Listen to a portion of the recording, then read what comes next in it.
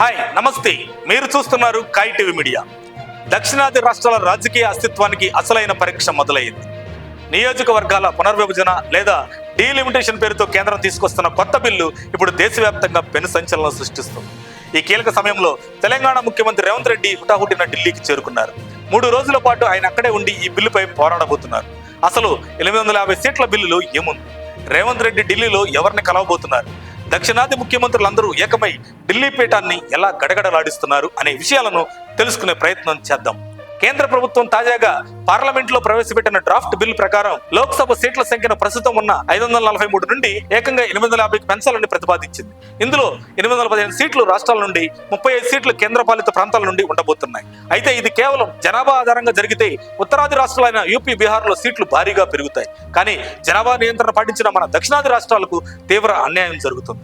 ముఖ్యమంత్రి రేవంత్ రెడ్డి నిన్న రాత్రి ఢిల్లీకి చేరుకున్నారు. రాజ్యసభ సభ్యుడిగా వేం నరేందర్ రెడ్డి ప్రమాణ స్వీకారానికి హాజరు కావడంతో పాటు ఆయన మెయిన్ టార్గెట్ ఈ డీలిమిటేషన్. ఢిల్లీలో రాహుల్ గాంధీ, ఖర్గే వంటి కీలక నేతలను కలిసి పార్లమెంటులో ఈ బిల్లును అడ్డుకోవాలని రేవంత్ ప్రతిపాదించిన హైబ్రిడ్ మోడల్, అంటే 50% జనాభా, 50% ఆదాయం గురించి దేశవ్యాప్తంగా చర్చ జరగాలని కోరనున్నారు. ఇదే అంశంపై తమిళనాడు సీఎం ఎంకే స్టాలిన్ తీవ్ర ఆగ్రహం వ్యక్తం చేశారు. డీలిమిటేషన్ బిల్లును వ్యతిరేకిస్తూ రాష్ట్ర వ్యాప్తంగా నలుపు జెండాల నిరసనలకు పిలుపునిచ్చారు. దక్షిణాది రాష్ట్రాలను రాజకీయంగా బలపరిచే ఈ కుట్రను సహించబోమని ఆయన స్పష్టం చేశారు. కేంద్రం మహిళా రిజర్వేషన్లను డీలిమిటేషన్ తో ముడిపెట్టడం వెనుక రాజకీయ ఆట ఉందని రేవంత్ రెడ్డి ముందుకు నుంచి ఆరోపిస్తున్నారు.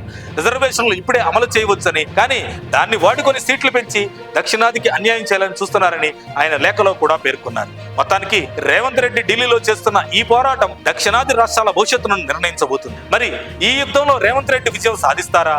850 సీట్ల పెంపు వల్ల దక్షిణాదికి నిజంగానే అన్యాయం జరుగుతుందా? దీనిపై మీ అభిప్రాయాన్ని కామెంట్ చేయండి. మరిన్ని అప్డేట్స్ కోసం మా కాయ్ టీవీని సబ్స్క్రైబ్ చేసుకోండి. మా వీడియో కనుక మీకు నచ్చినట్లయితే లైక్ చేయండి, షేర్ చేయండి. మీ విలువైన అభిప్రాయాలను కామెంట్ బాక్స్లో తెలియజేయండి.